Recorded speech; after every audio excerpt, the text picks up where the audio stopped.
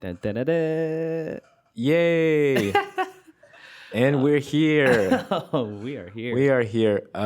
So it's me, Angelo, Andrew, the producer dude, Yeah. and we have Gamboa, and a very special guest, Jon Surla. Hey. Sweet. This has gotten weird now. Now that we're in the microphone, We and keep it raw, keep it live. we suddenly stop making eye contact and stuff. Focus on the words. Focus. Yeah. Listen to the words coming out of my mouth. Yeah, it's the first one we're doing in the morning, so it's like 10 a.m. in the morning. CypherTalk Feels AM like- edition. Feels like 7 a.m. It does on a Saturday. Beautiful day in Winnipeg, by the way, everybody. Well, we're really lucky to have you here. Oh, thank you. Appreciate it. How's it going, man? Good. Yeah? Life's good. Life's Yeah? really good. Yeah. Are you got a new house now? I do. I have a new house. I have a wife. Yeah. Newlywed? Newlywed, and yeah, the house is really bombing. It's funny because like I don't want to go anywhere, everywhere, ever anymore. And yeah, now that I got a basement and stuff, that's my. So life. is it like a duplex or is It's it like a I don't know bungalow? I don't know the term. Oh yeah, it's a 2-level. So Okay. is that a duplex? I don't Bungalow, think I that's a think, duplex. is the My one with wife, the if main she hears level. this, she'll be like, "You're such an idiot." It's 2 stories. That's what it is. All right. Here's first question. Oh, nice. All right, let's dive in. Okay. Haven't seen you in a while, Yeah. and usually you practice. Well, I know it's not. Yeah, it's not really a that's question. We're just statement. conversating. That's like to an be honest with you. accusation almost. I'm kidding. Yeah, I haven't seen you in a while, bro. It's like, Yeah. that is and what you been up to? Like, as is still breaking or? Yeah, absolutely. That's funny. That's probably when I see dancers, that's the number one question I get. My entire career, I guess career. I don't know. It's a career. But I am. That's a short answer. I am always dancing, whether or not I'm like gearing up to battle the next person Yeah. or whatever. It's not really like that now. It's really become, and for the last few years, it's become more about a lifestyle thing. Yeah. So I've always wanted to not be the guy. I don't want to be the guy that sees other breakers and goes, "I used to do that," or like weird them out and be like, "Hey, hey, you heard I used to be that." I want to be the guy that's like,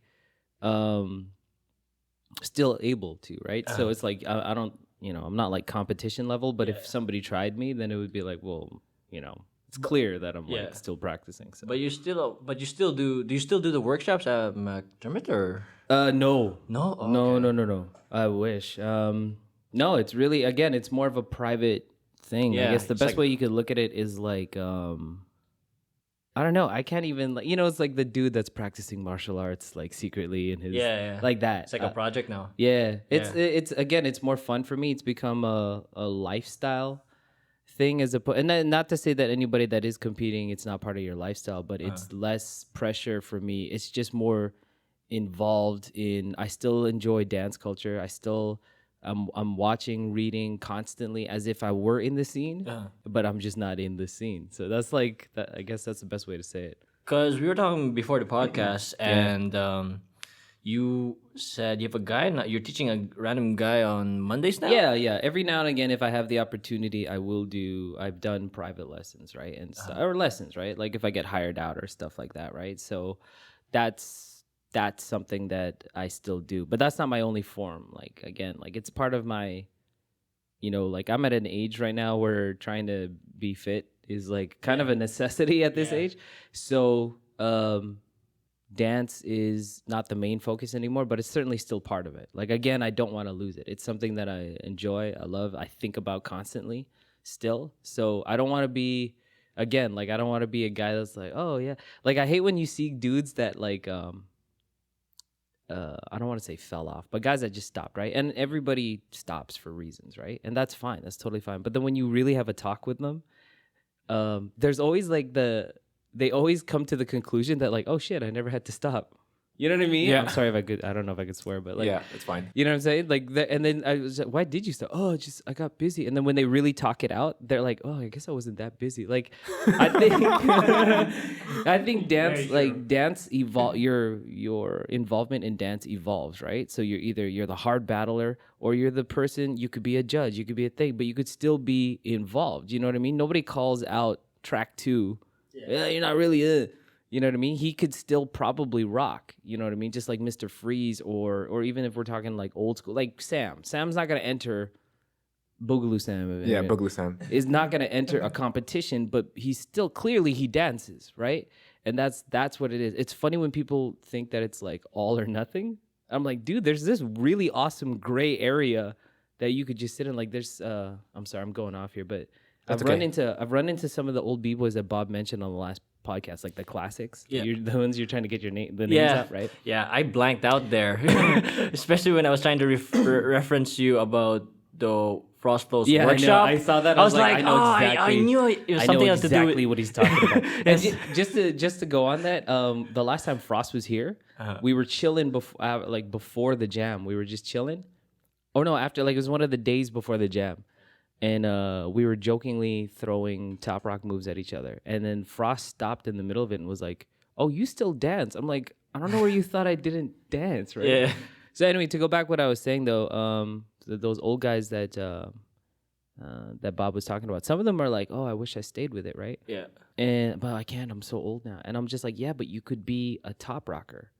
You know what I mean? Yeah, I was like, there's so many elements of the dance that you can maintain. Like, I'm getting old. I know that the older I get, I'm going to progress into upper styles, right? I'm physically, I might have to, and maybe hit the ground only once or twice, right? But that, you know what I'm saying? Like, I just feel like even with those guys, I'm like, you used to pop back in the 90s. You could pop, like, popping is not easy by any means, but I'm like, but obviously less impactful than breaking. You could just do that. It's weird because, like, out of the 4 elements, I always get back to footwork, and I always get stuck with footwork because there's something about footwork that, I don't know, it's like embedded in me. Footwork's amazing. Footwork, Yeah. I mean, I've always been kind of a footwork cat. Like Bob again mentioned, I'm going to do this a lot during this, by the way. Yeah. Bob said. But Bob mentioned that Bob kasi. I handled, yeah. Oh, talaga? Ganun ba? Like Bob said that I was like a creative cat, and when we were coming up, Bob was the power guy, and I was the style, what they would call the style guy, right? Which really was just a cheap way of saying that guy doesn't do power moves, right? That guy doesn't really windmill. Speaking of which, like, how'd you guys met? Like, How do we meet? Like, it says, I know it said Sizzler, but No, even before that. oh, even before that. Yeah. Okay. It's really funny. So, going back to the history of me and Bob, who I just realized we're like the 2 oldest active b-boys in Winnipeg, like that's still from that era that still dance. Yeah. And then when Bob leaves, I'll be like the Methuselah of no. We met in junior high. Okay. We met at Stanley Knowles, and we obviously weren't breakers at that point. And it's really funny because like there was one kid at the tail end of grade 8. This one kid named Vidal Masana. You're not listening because you don't even exist. Like, you're not even at all in the scene. But Vidal, if you're listening, I don't know. So Vidal was like the coolest kid on the block, period. Okay. With everything. And of course he danced. And he was part of a crew called City Lights Dance, which Bob mentioned, which evolved from Rap Crew. But we knew them as City Lights. And they were New Jack type dancers. Like, that was the thing back then. Yeah, and like that's what I wanted to do when I was a kid. Before I found breaking, I wanted to be that. And so anyway, we get through junior high, and at the very, like, literally the last day, like when you're cleaning out your lockers, that day, there's like I think we were like having a dance or a sock hop. And Vidal, just out of the blue, he came to school. He's wearing like a full piece Adidas tracksuit, and we're like, okay. And then he's just like, yeah, man, there's this thing called breaking, or breakdancing, like we call it breakdancing. And then he started doing like windmills, and this is because I guess he was learning that stuff from City Lights. Is my guess. What right? year is this? Oh man, junior high, so 90, 92, 93, like coming out of 93. Because, like, we went to high school in 94, right? Yeah, we're old, man. So anyway, so he does that, and everyone's like, meh. He goes, oh, that's cool. Right? I still remember the first time I was like 7 years old when I saw breaking for the very first time, and my uncle was doing it, and I was so unimpressed. I was so like, whatever. Like he did like a worm, and I was like, bleh. Like anyway. So yeah, so we saw that, and that was it. Then grade 9 comes around, and I hadn't been really like I wasn't really down with like Bob and them as a crew or anything like that. And then we were in the same class in grade 9, and then You guys weren't even close yet. no. Oh, sorry. No, we knew each other, but we weren't tight or anything like that. Okay. That was it, right? And then junior and high school kind of throws everybody together where we were in this thing at Sisler called the all boys class, right? Literally, it was the first time, or one of the only times you seen it was just all guys. So then we had a gym class, and Sisler has 2 gyms. So there's like the junior gym. So I get there later than the rest of them, and I get there, and the guys are trying to do suicide flips, like suicides on a gym mat. Okay. And I'm like, oh, okay. So I'm like, well, what are you guys doing, right? And they're like, oh, we're doing this thing called a suicide. It's like a breakdancing move. And I'm like, okay.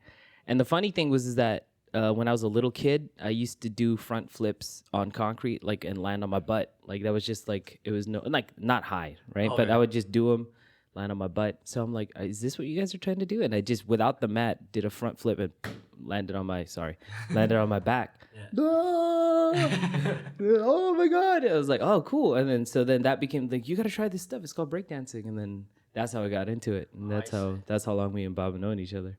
I'm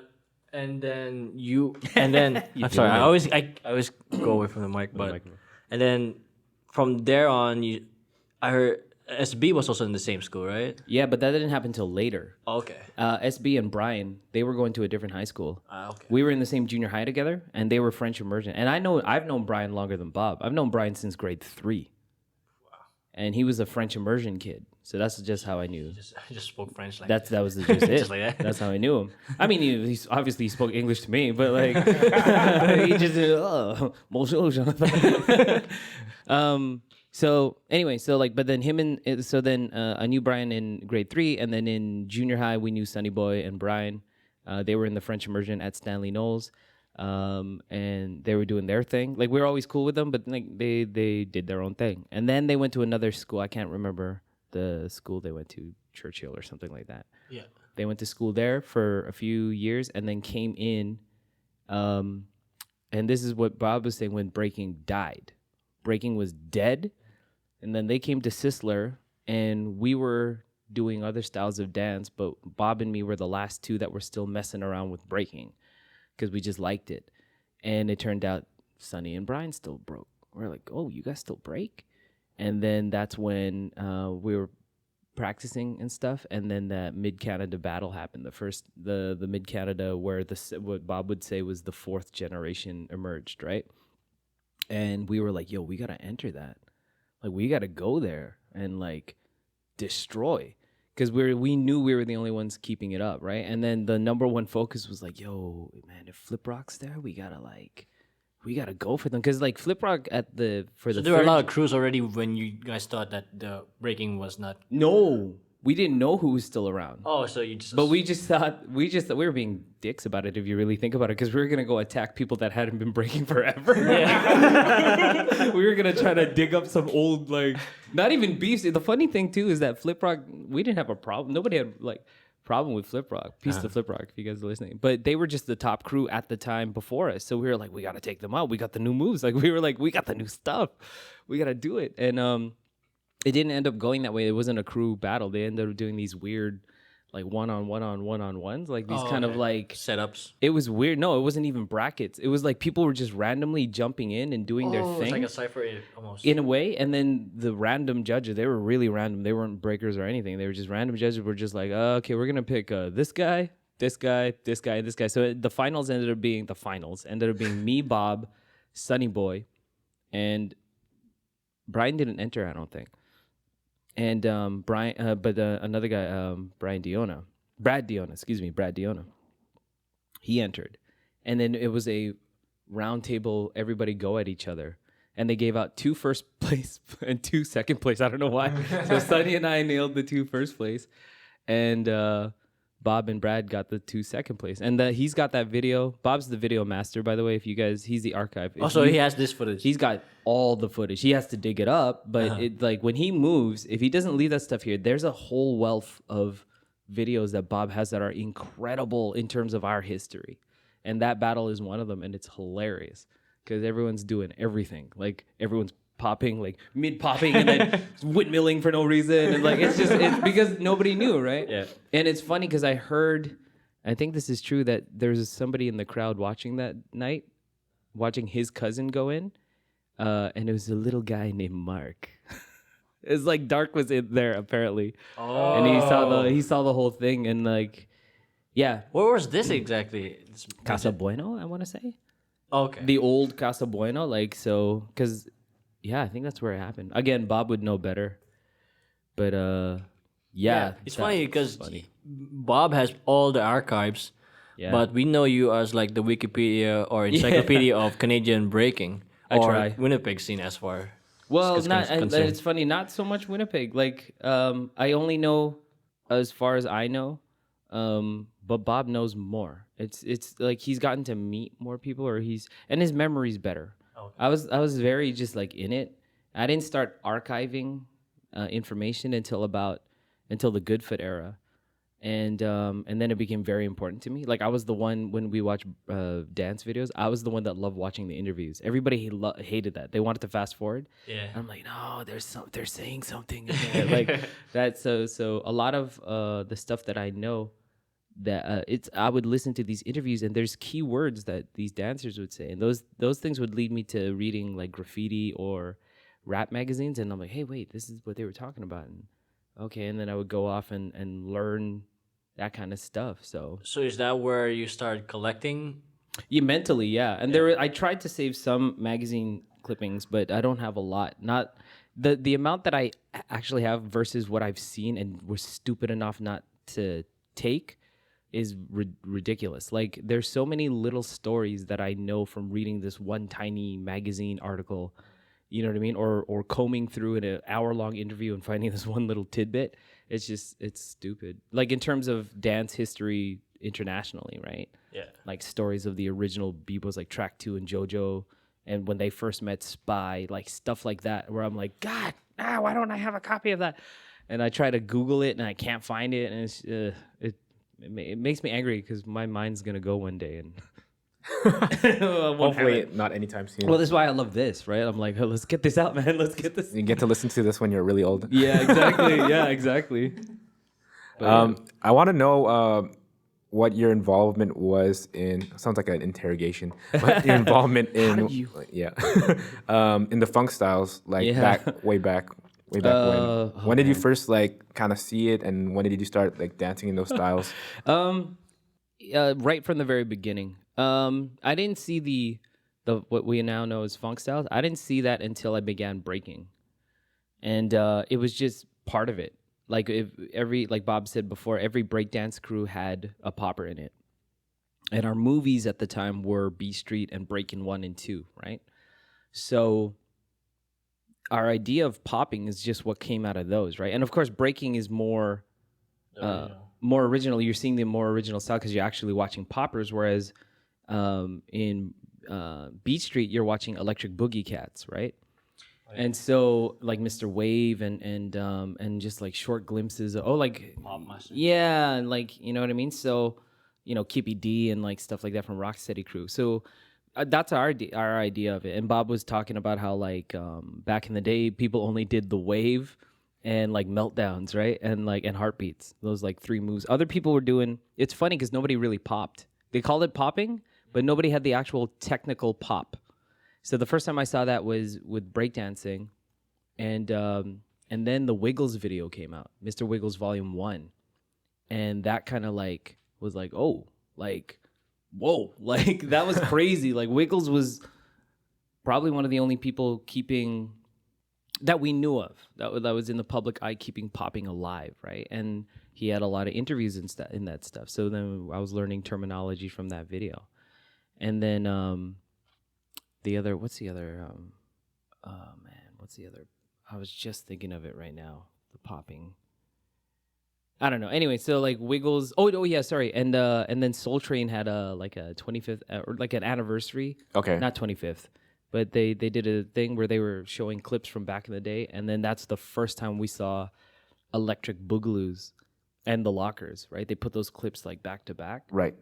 And I was like, what? That was a whole new thing.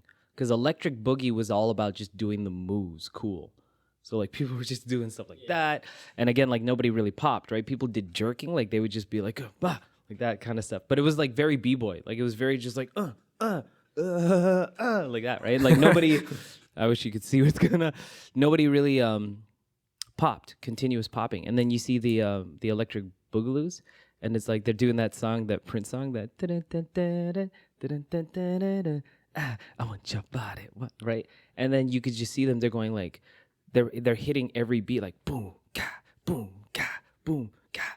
And I was like, what? Like that was like, oh, that's how you pop. Like I don't know. It changed everything. I suddenly like I was able to like hit everything, like on every beat. And then they were like, it was clear there was a new style of popping. Like people were like, what?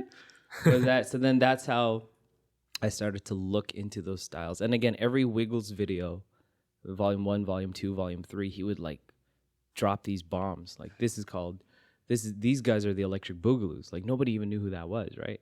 Wow. And, yeah. So how did you guys like get a hold of that kind of material as far as the Wiggles stuff? Because like I know he has DVDs and stuff, right? Yeah, our trips. We used to go back and forth to Alberta, to Calgary.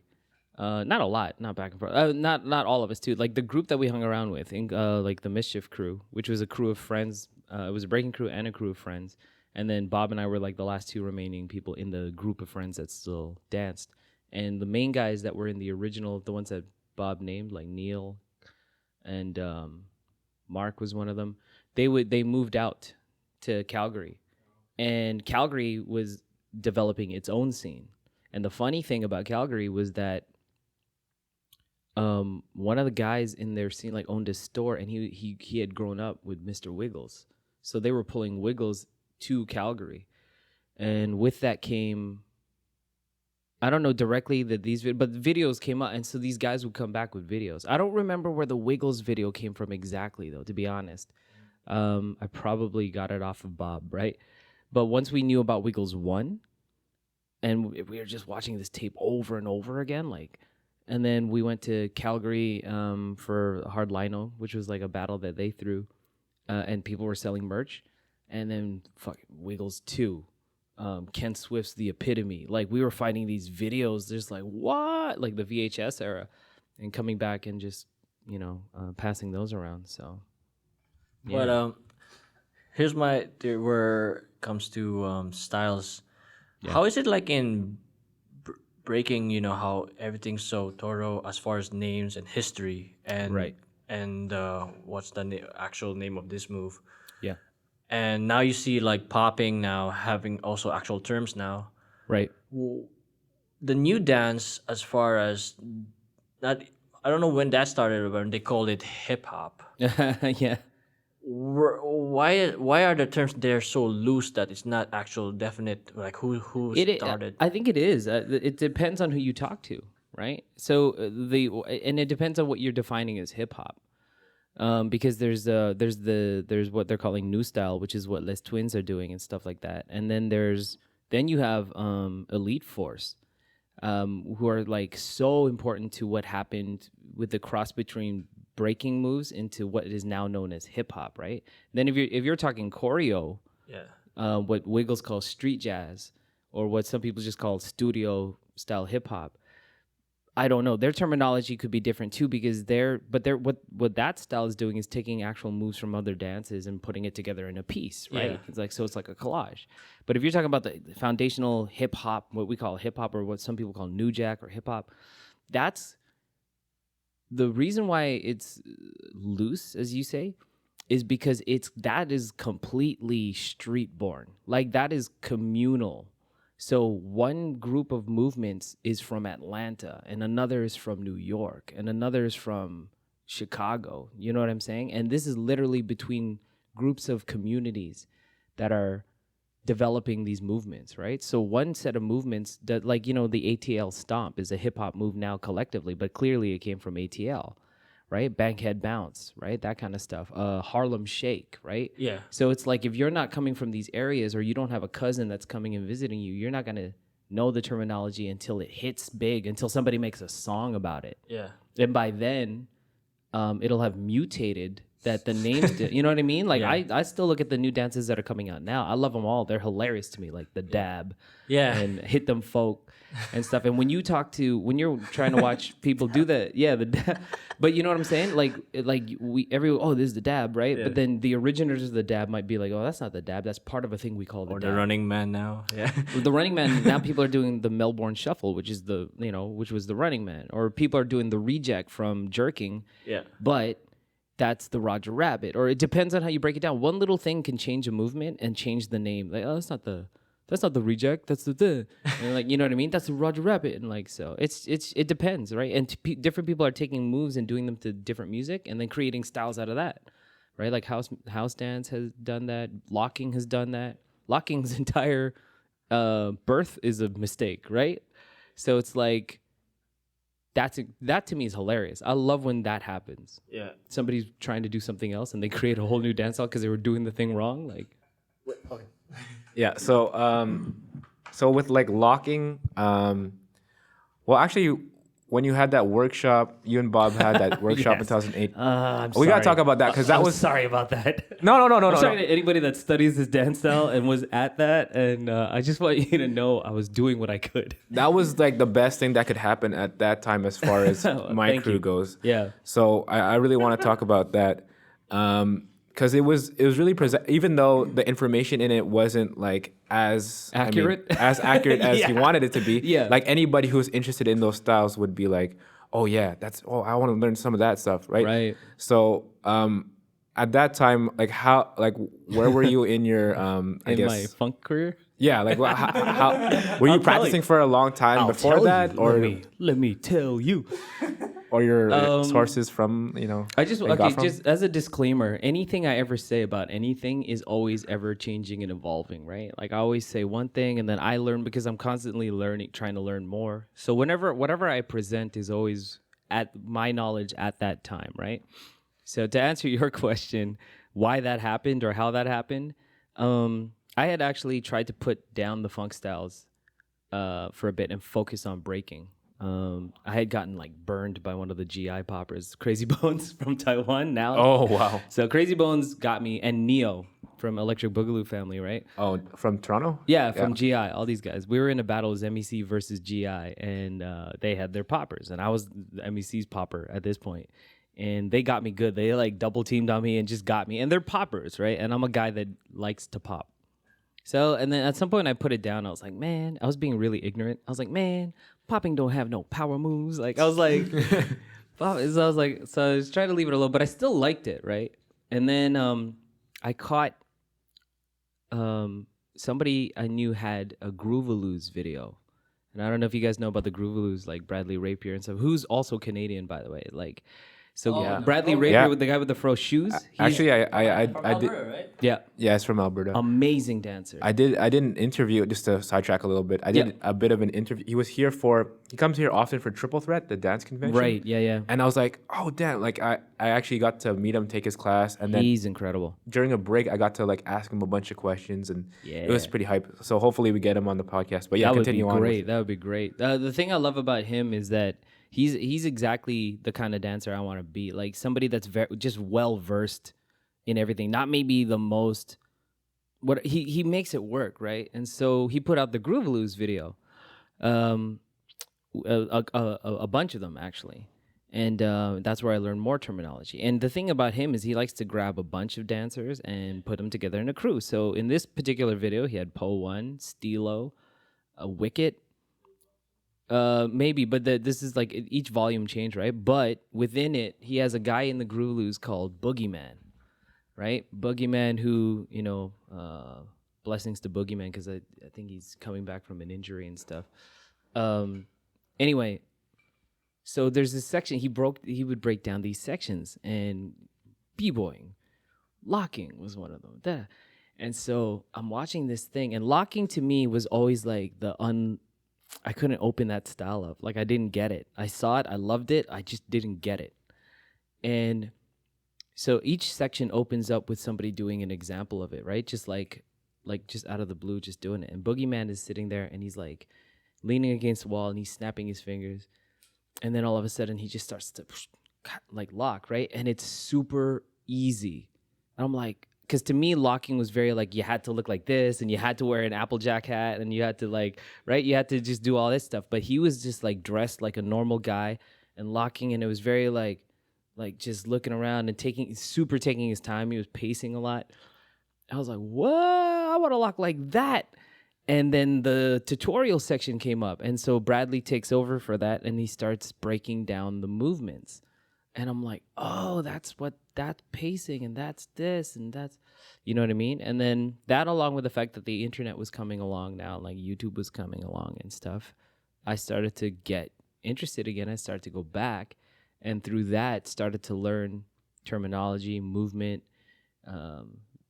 the different funk styles, finally figuring out what boogaloo meant, like didn't know what that was, and then the freshest kids helped, all that kind of stuff. And then I compiled again, and then had been focusing that. So I would break at practice and then spend like 20 minutes finishing my practice by trying to practice locking and popping. And then that's when Bob was like, yo, you should like, when I moved back, Bob was like, or when I came back, Bob was like, you should teach that.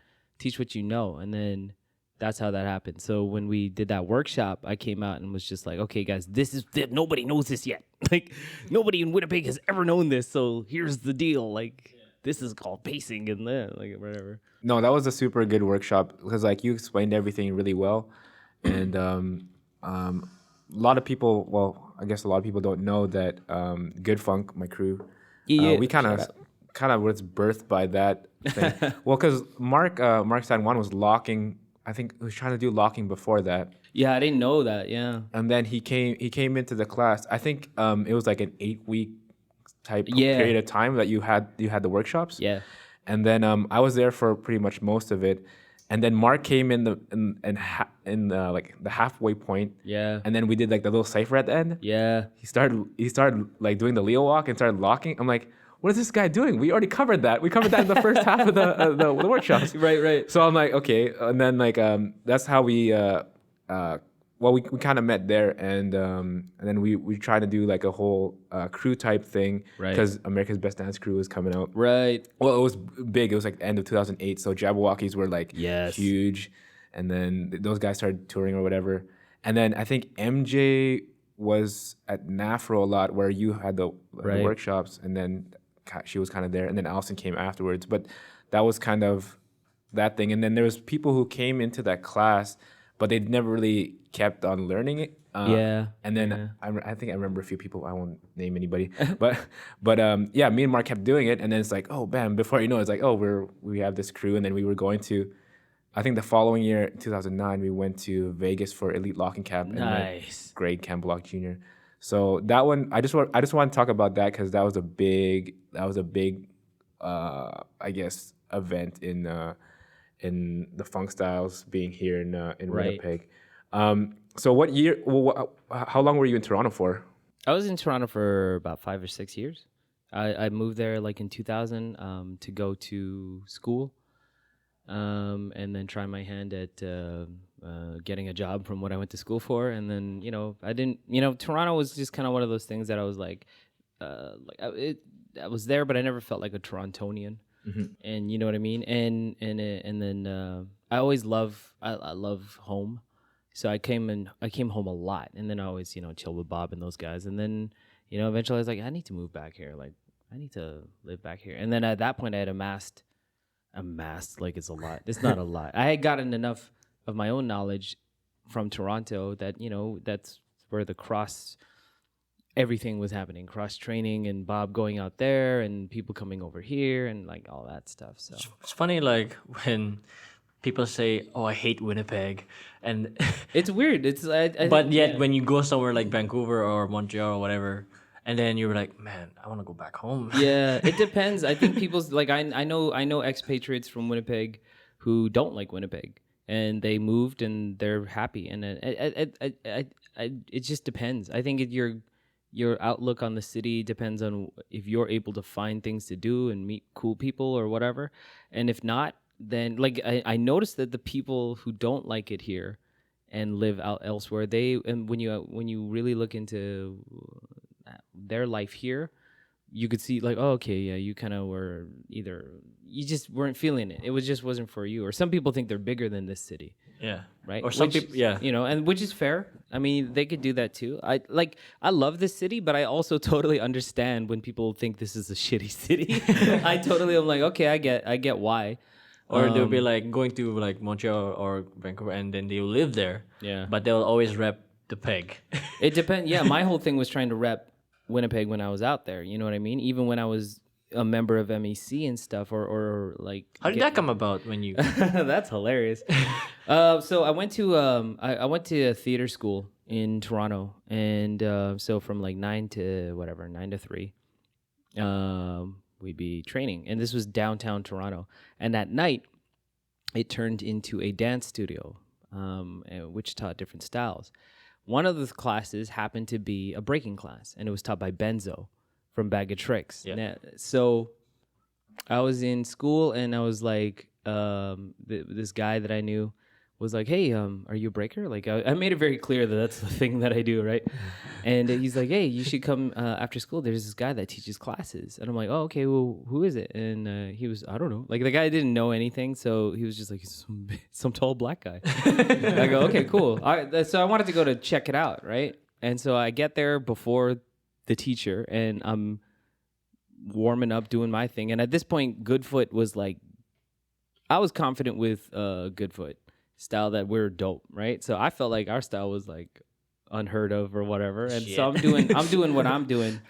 And then Benzo walks in. Like, Benzo's the teacher. Yeah. And I'm like, Benzo's like so important to our development. Oh yeah. Right? Goodfoot crew and Mischief crew. I'm like, that was like literally to me the equivalent of meeting like Ken Swift or something, like a legend at the time. I was like, oh my God. Like, I looked at the guy that told me, like, he was my roommate at the time.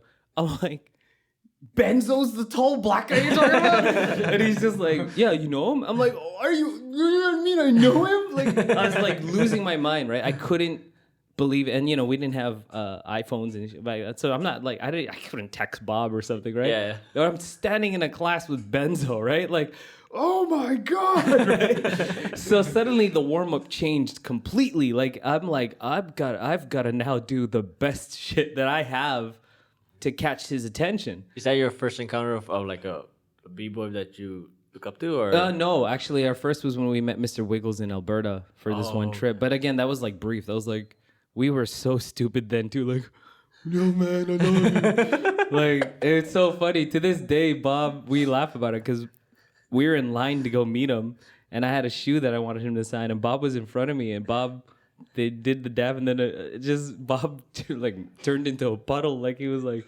yo man, I just want you to know. Sorry, Bob, this is what it sounded like to me. You're like my hero, or something like that. I'm certain that I sounded like that too, because I was like, yo, man, sign my shoe, or whatever. So that's us meeting him. But then Benzo was teaching this class, and then I'm like, oh, but I'm trying to keep it cool, so I'm doing all my signature moves or whatever, just doing whatever. And I guess it got his attention because he didn't say one word. He looks at me and he reaches into his bag, and then he just slides a VHS tape at me. I'm like, what? Like, it hit my foot. I pick it up, and it's the Bag of Tricks promo video.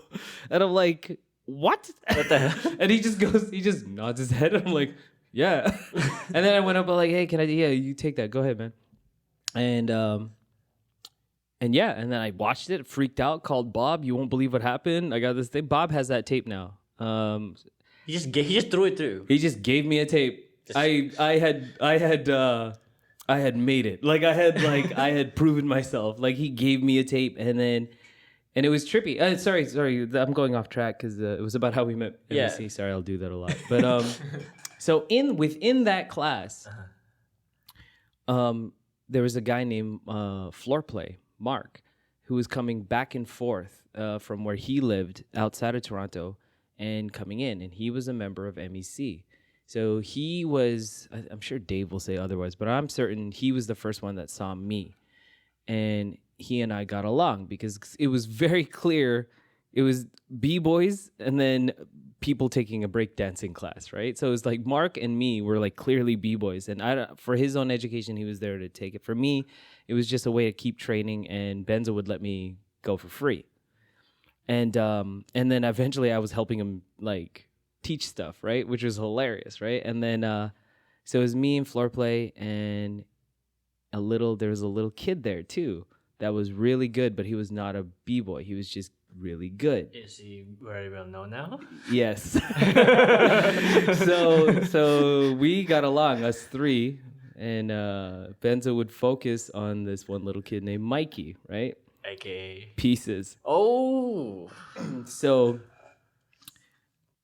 Pieces was so young at the time. Anyway, so Mark at that point, I guess, had gone back to one of the practices and told the guys about me, and then Dave showed up with Angles, Lawrence, and then knew about us, me and Mikey, and then we battled in class, and then they were like, hey, you should come out to our practices at Secord in their area. And then they were like, hey, you got to go to this thing called Back to the Underground. And I'm like, oh, cool. So they took me to my first real jam. They took me to Comfort Zone, where I got to see Migas for the first time. Is that the same venue where apparently that's like Dizzy's mom's Back restaurant? to the Underground. That's the one. Back to the Underground. Oh, okay. They had Casa de something.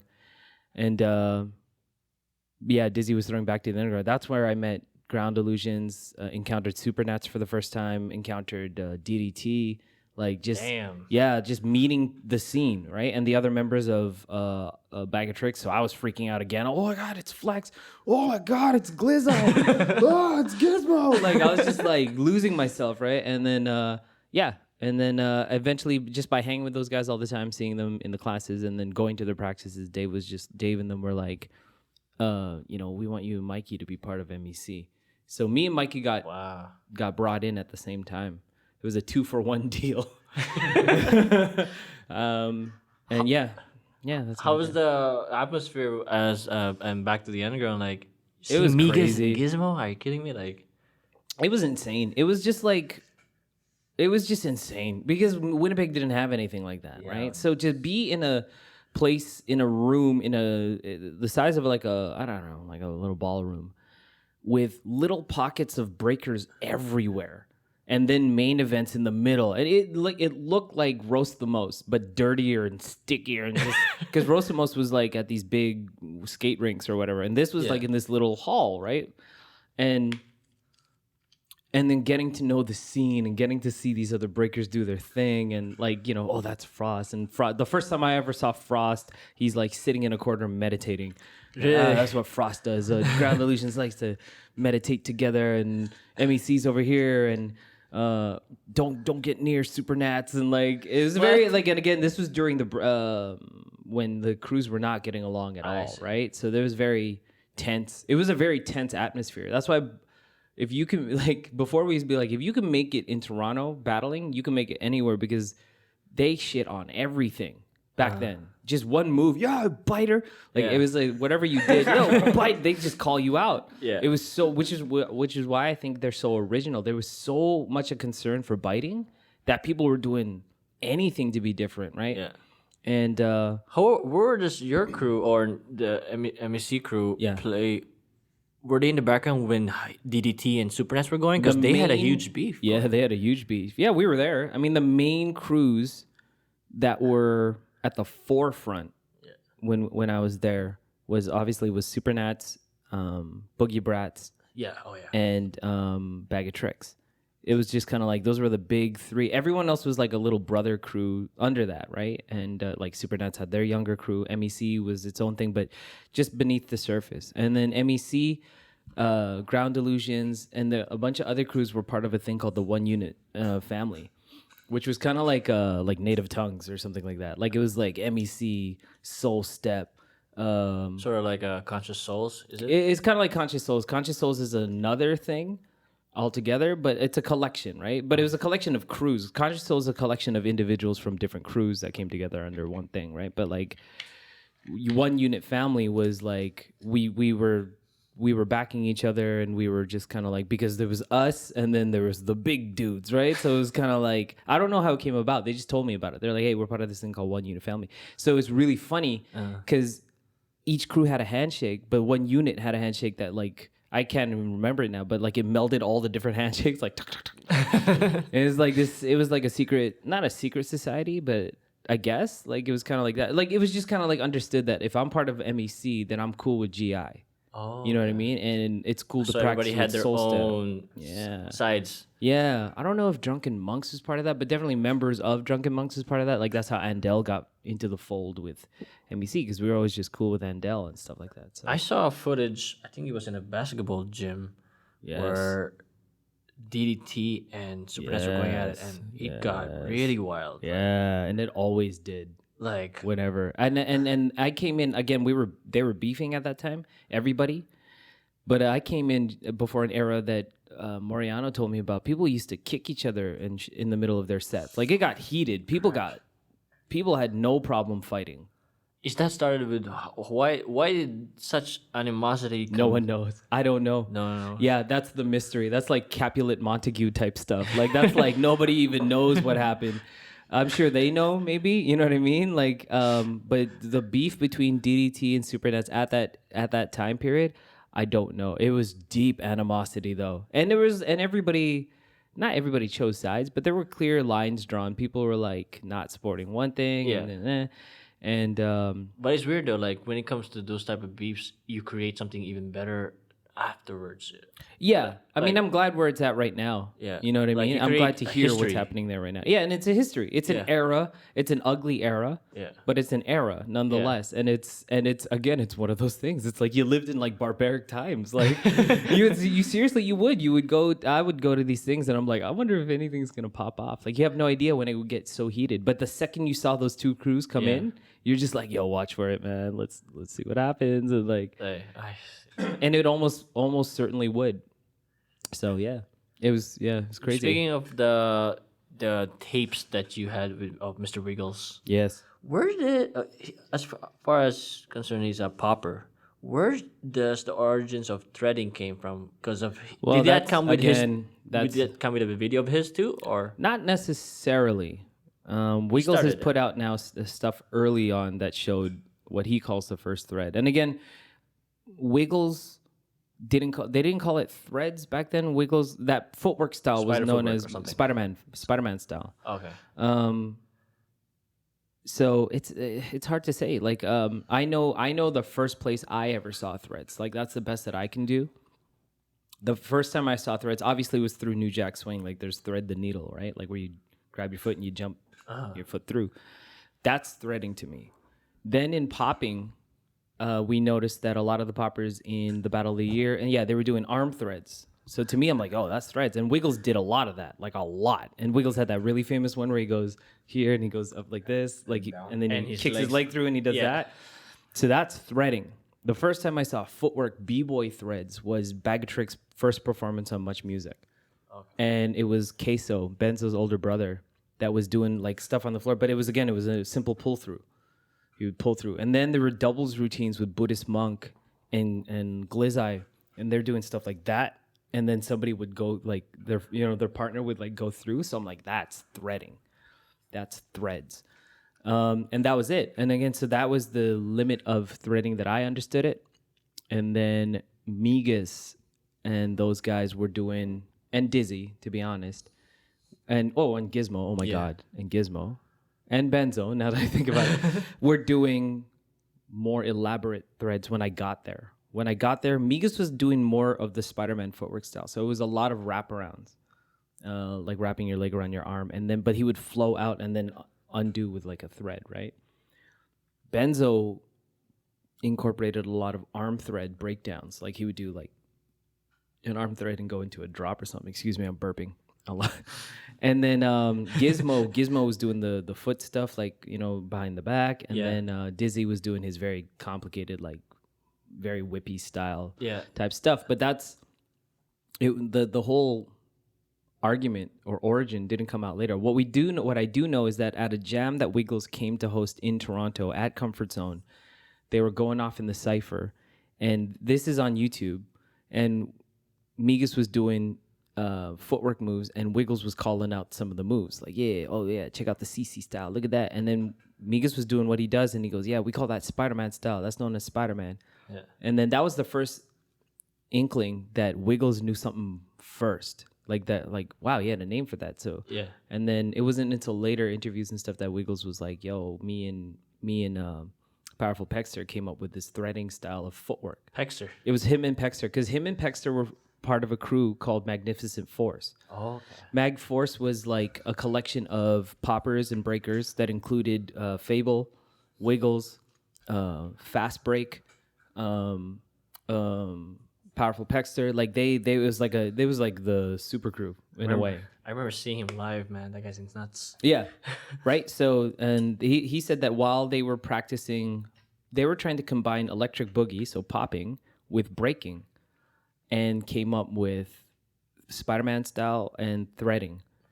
And Crazy Legs had an influence on the Spider-Man style. Yeah. So it's like, you know what I mean? So origins of threading is tough. I stick with Wiggles because he's the earliest known, and it has documentation. Of course, something could come out before, or that earlier than that. And then the guys that are most famous for threading, which is the Boogie Brats, say go with Wiggles. We didn't invent threads. We invented origami, which is a style of threading. But I see Gizmo do a lot of threads, and he was also part of Rocksteady, in a way. In a sense, he was part of the Seven Gems crew. Okay. Right, which is a chapter of Rocksteady, despite what people think. Like Kenny had always maintained that when the original Seven Gems happened, they were Rocksteady Seven Gems, right? They were a division of Rocksteady crew, and Gizmo was an original member of that.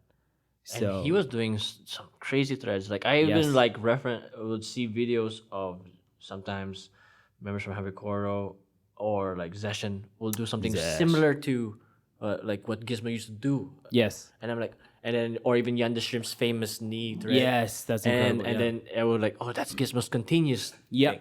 Gizmo was so ahead of his time. It's incredible. He's an 80s b-boy. I think so. I don't know too much history on Gizmo. I've had the opportunity to meet him, but again, I melted. Like he's another one. Yo, man, I love you. Like, there's certain b-boys that I'll just get mush mouth around. So Gizmo, I've only had the opportunity. Like Gizmo knows Bob better. I'm super jealous, right? But like, because he knows who Bob is. But like, I'm just that guy. Like I'm like, oh, you're that guy from MEC, right? Yeah. Like so, like he's just like, hey, what's up? And I'll be like, hey, what's up? Like just like, yeah. I see, there's a latest showcase of Gizmo this year. Oh, really? At KOD, I gotta Canada. I gotta look at it. And next thing you know, like everybody did the showcase from Mr. Wiggles, Why Not, Crumbs. You saw that? Oh, I gotta see this. And then as soon as Gizmo comes in, then everybody starts getting up. Like you have to. Like you have holy to. crap! And then you see all the OGs like, what's going on? In Canada, you have to give it up to Gizmo. Migas, for one, gives it up to Gizmo. And right now Migas is our shining light of this is what we offer to the world, right? Like this is what Canada it's crazy how Migas brought it worldwide though. Like, yeah. And I'm sorry, and not to downplay any other Canadian breaker ever. Absolutely not. Floor Masters, Supernats, Bag of Tricks, everybody. But Gizmo, just to go on that, there's something, like cats have that like kind of energy, right? Yeah. There's Spies, there's Ken Swifts. Everybody gets up for Ken Swift, right? Yeah. You should. And there's certain people that you're just like, this is the guy. This is the guy. Maurizio, this is the guy. Like, get up. And I think people recognize that not only is Gizmo so influential to the current style, Gizmo just had it. Like, it's just a guy that was just like, no one's touching that right now. Like, you know what I'm saying? So, yeah, you got to give it up. I'm not sure if you caught the latest documentary that came out and it came from Second to None. Have you seen that Oh one? yeah, Mercenaries. Come on, My gosh. come on. I never And see, that's the stuff that I like. I like those cats that are like they didn't get their chance to be a super forefront, but they were there, like Evo or something like that. Like people that are just like, oh, that's the guy. I never thought of that document is so put out like well put like you see how Storm got like you see in the background how Storm got so anxious when he Yeah, saw to see the head spin. spins. Yeah, exactly. Like that's the kind of thing. And so I love that. I love that. I love to me like the moves and the battles and stuff. Those are great. But the most interesting thing about dance, And it's period, free. or hip hop culture, or culture, is those little mythical side stories. Yo, this one time I heard, and only 5 people saw it, or there's footage that won't come out for another. That's the stuff. So even popping battles and locking, I heard the rumor or a myth that the original rockers from New York, so Rubber Band and some of the guys like the rocking styles, encountered the lockers in a club. Yeah, I think Wiggles was talking about that in an interview, and like nobody else was there. No. It was just them. It was them, Yeah. and apparently it was from the rocking style that what we now know as the traditional locking dress code of the marshmallow shoes and like. Oh, really? They, according to Wiggles, the apple hats Yeah. that came from original rockers in New York. People in LA were dressing differently. People in LA were more into zoot suit type stuff. They encountered that and liked it, and then now the thing that we know, again, I'm going off of memory, but the thing that we know as locking style, traditional, came from original rockers. So, but I don't know if that's other people just trying to big themselves up, right? Like it's hard to know that, right? Yeah, you got to ask one of the original lockers. You got it, yeah. Where did you get that style from, right? That's great. Well, Mark used to say that it came from the Soul Train, I guess, atmosphere or the Soul Train, what they used to wear back in the day. No, and I don't doubt that either. I think that has a huge influence too. But Wiggles was like, but like marshmallow shoes and stuff like that came from. That would be totally interesting if it did, because it's just like one coast like encountering the other one and just like influencing it. Yeah. It's funny too. Like when you think about the coasts, it's like what happened in the middle. Like what happened in the middle of the U.S. Like I think it was one discussion that I heard or something or saw on a video. It's like, well, when one style would start at one coast and then it would kind of go across the whole country. Yeah. But then nobody talks about. Well, not a lot of people talk about what happened in the middle. Yeah. So I always wonder what happened there. But yeah, that I think Wiggles mentioned that, and I was like, oh, that sounds pretty crazy. Yeah. Well, it's funny too because a lot of people focus on L.A., New York, right? And they forget about the peripheral cities that are around those things. Like it's a huge blast radius, right? So yeah, like New York might be an epicenter, but like people forget that there were b-boys in Philadelphia and Boston and like, you know what I mean? And like, and I'm sure in LA too, like LA people focus on LA, but you forget, there's Sacramento, Oakland, Vegas, you know what I mean? And so there is like some spread. Whatever happens dead center though, I don't know. Like that, but that has its own history, right? Like there's the Minneapolis, Minnesota type styles, and Chicago has its own thing, and same thing happened in Canada, right? Like clearly the same thing happened in Canada. We had Toronto and Montreal, Quebec doing their thing. Vancouver was doing their thing. And then the prairies, very scarce, but the prairies were doing their thing. And it was influenced from both sides, right? So. Sorry, Gambo. It's getting cut off here. I want to know about like how you met Yao. So Yao, a popper from Taiwan.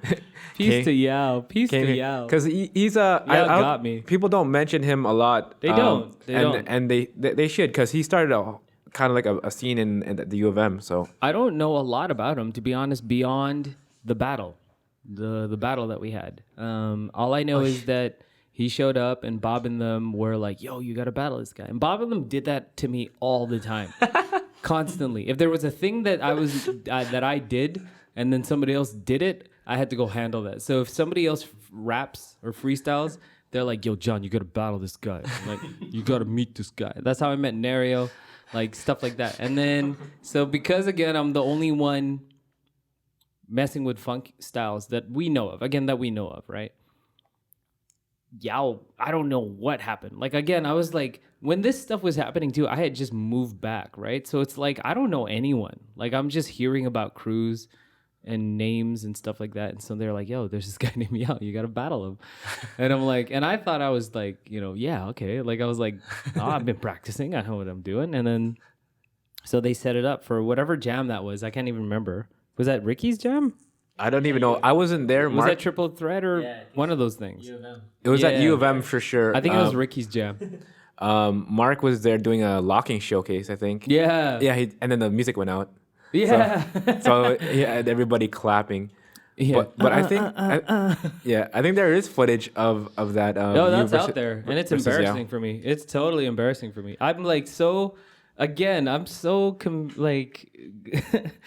I just whatever. Like when I'm learning the thing, I just latch on to what I know, and then I try to be like, okay, I think this is what it is, right? But it's still me interpreting that. So when you see that battle, that hilarious battle between me and Yao, it's a guy that's popping, a popper, or a boogaloo, and versus a guy in a breaking crew that likes to pop, right? So it's me, and I'm wearing like a fedora. I don't know what I'm doing. Like I'm trying and then and it's what it is. It was still pretty interesting to see though. Like I mean, I just remember one move you did like some kind of tut, and then you tilted, and then you did like I don't know something like that. I was trying to do that stuff like like the gravity was taking it, so like I'll tilt and then this side will go and then this side will go just stuff like that, just dumb stuff. Which now when you look at it, like Mr. Ree does that stuff, so it's like whatever.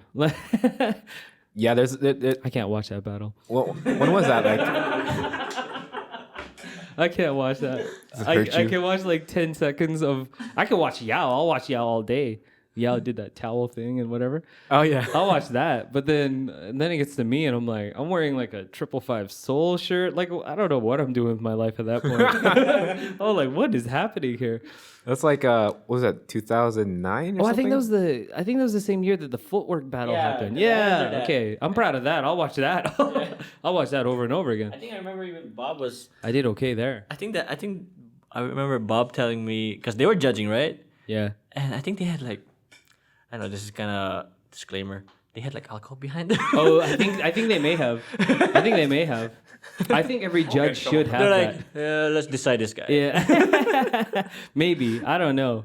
I don't know. Anyway, to go further with that though, that's really my experience of Yao. And then anytime I would see him later, it was just, hey, what's up? And like we were like super cool, and he was a cool guy, right? And it's like you guys. It was just like I respect somebody who wants to handle that. You know what I mean? So clearly, yeah, I was like, okay, I'm gonna be a popper, and that I'm like awesome because we don't have that. You know what I mean? We don't have a scene for that, and it's too bad. And that's why again, like you guys are amazing because you guys are a crew without a scene. Yeah. Like you just have to plant yourself into a dance scene.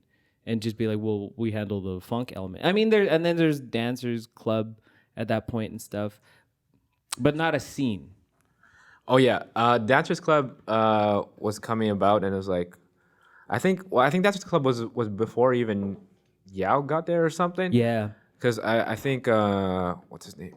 Phil was in Dancers Club, and Stalls was in Dancers Club. Like, was back he? like Oh, this is like what mid 2000s or something. Yeah. I remember going to one of their practices. Taylor was also there. Yeah, Taylor was pretty sick. Taylor was there, Anton, and there's like some regular b-boys that were. See, and I didn't even know that they were from U of M. So they were a literal dancers club. Yeah, they were a club of like because I thought that was their crew name, Dancers Club. Yeah. And then I was like, oh, okay, this sounds very Asian. Like that's like something you'd see in like Japan or something, right? So see now that makes sense. Oh, they're the literal U of M Dancers Club.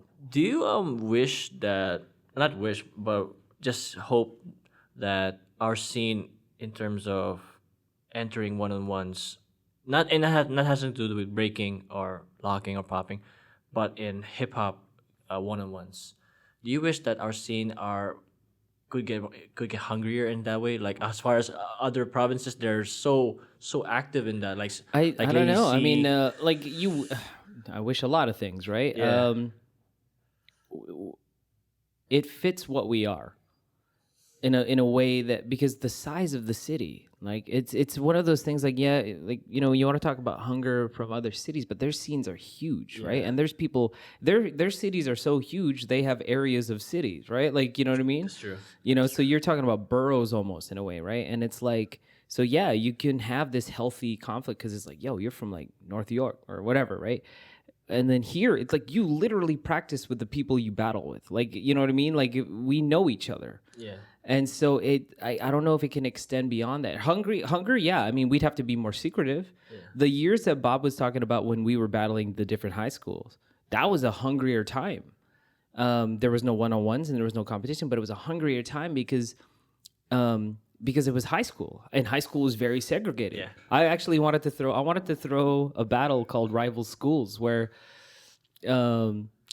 people would battle, but you could only be categorized into the high school you went to, and then the people that didn't graduate or didn't go to high school, they would be like the Ducky Boys, like they'd be like the outcast, this monster like Franken crew.